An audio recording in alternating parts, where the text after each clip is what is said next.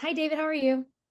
Good. How are you, Rachel? I'm doing great. To start, I want to ask you, what was the biggest challenge with a movie like this where your two main characters have to have a connection and we have to believe in what they're doing together, but they're barely in scenes with one another?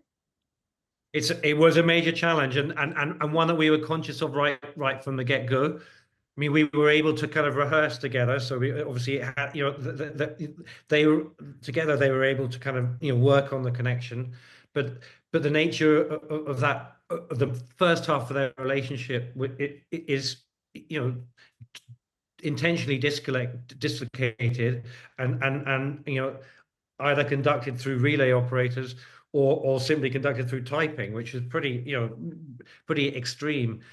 That without wishing to give too much away, there's a scene in later on where Riz's character decides to to break protocol and pretend to be a relay operator, and so he does have a direct conversation with her, even though that still is two people in different rooms, and that was something that kind of came about in the process of shooting, and I think it was an idea originally of Riz's just to kind of like get a little bit closer, and that was really interesting in order to get some of the emotion of that. Riz had because Lillian, the schedule was that we didn't have them literally in the same country at Mhm. some point, when we so Riz had the has his wife on the other end of the line, to try and get as much kind of romantic emotion in there as he could, which is pretty interesting. But yeah, I mean, I think it comes together really nicely. But you are dealing with these just disparate elements and putting it together with great performances, but editorially, you're colliding those things editorially and creating that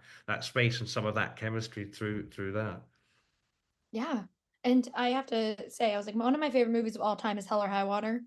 It is truly and honestly just like to me a masterpiece. And so you use Texas in such an interesting way in that movie. With Outlaw King, it's the same thing with Scotland. And now you have this, which is using New York as this like major set piece within all of these moving parts. What is it about picking these locations that are so specific that helps you when you're telling these stories and making them come alive with the setting?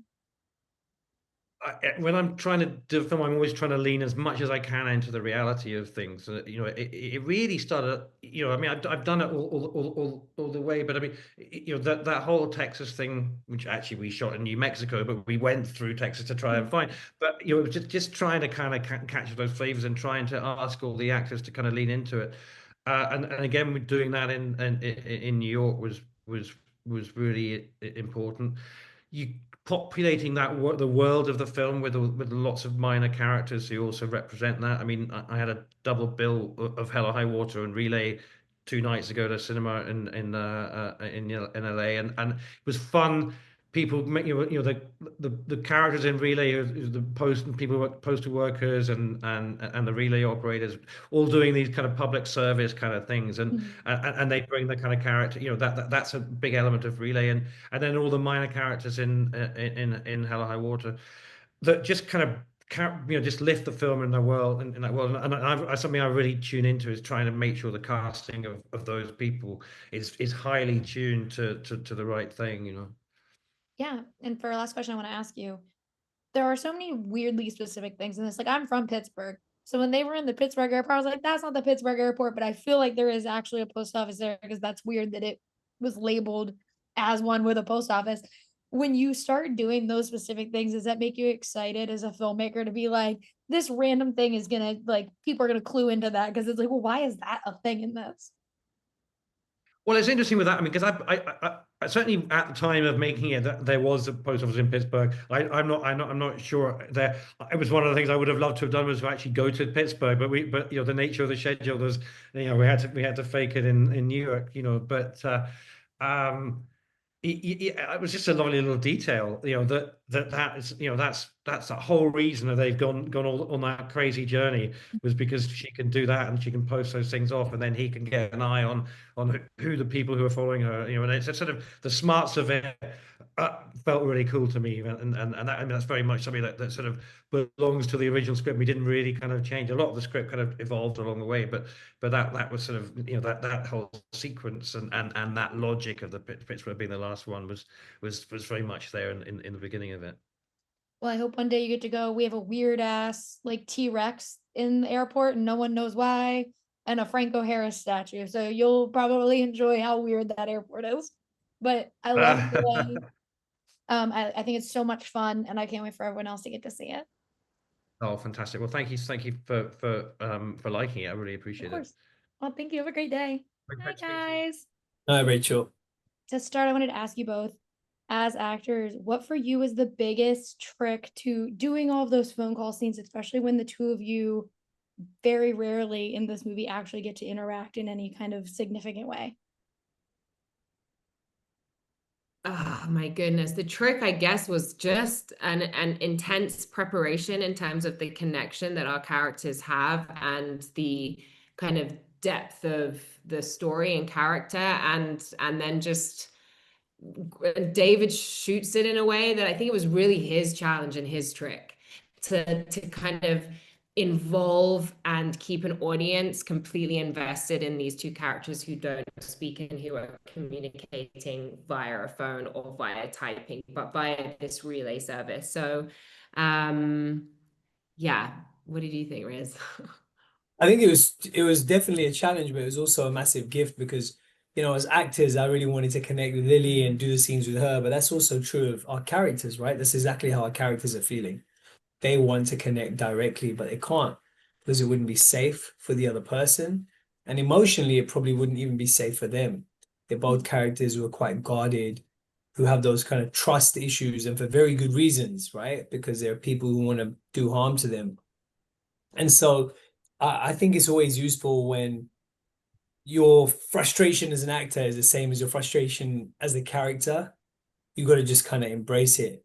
And so, both as an actor and in the role, I was really eager to actually connect with Lily. And so, when we finally got to later on in the story, it felt great. Well, and I always like asking people like you guys this question because both of you have movies that I would consider comfort movies for myself, whether it be Mamma Mia, Here We Go Again, or Rogue One, or whatever it is. I turn to them when I need a moment of just like comfort. But it does mean that often I will watch your guys' stuff and associate first with that and then get to go on a journey with these new characters you're presenting. How excited are you guys when you put something out like this that is so different from the work that people kind of know you for? So then your fans who might come from something like that get to see this different side of you with Relay. Yeah, I mean, Riz. Yeah, Lily, did you want to go first Oh, no, or go not? ahead, go ahead. I Okay, think yeah. I have a delay and go ahead. Oh, you got delayed. Go ahead. Go. It's just like the movie. Go ahead. Go Real ahead. life here. This is not meditating. We can't. We're still in character, man. So, I guess I. It's really interesting to hear, Rachel. I guess because I don't watch my own movies back that much. I go to the screening, but I think most actors like to look ahead and see themselves as kind of on a journey of growing and looking for new experiences. But it's really fascinating to hear, that actually the associations that your work might have for someone might go against the new work might go against those expectations. I think that's exciting personally. I think it's always exciting when you keep yourself guessing and if you can keep audiences guessing as well. I just think um, predictability can be boring. Right? So I hope that Lily continues doing the tremendous range of work that she does across all these different genres. I hope that I kind of continue to do work that might keep people guessing, But I also hope you can go back to those comfort movies whenever you want. When I also wanted to ask, I live in New York. I love my city. It's beautiful. But it as a backdrop in a movie like this is so fascinating because it is interesting to see like obviously they go to Times Square, which I call a hellhole, but in a moment like this where you're trying to be sneaky works. How was it, especially with you, Lily, because you are on the ground a lot in New York? Was it getting to be part of New York and use that as your backdrop when you're trying to do all of these things? I mean, I love New York City. The energy, the kind of feeling when you hit the streets there, it is so palpable and it feeds me. And so it was a complete joy and almost like a sort of lifelong dream I've had to like shoot in New York City. I would love to do a play. I'd love to do Broadway.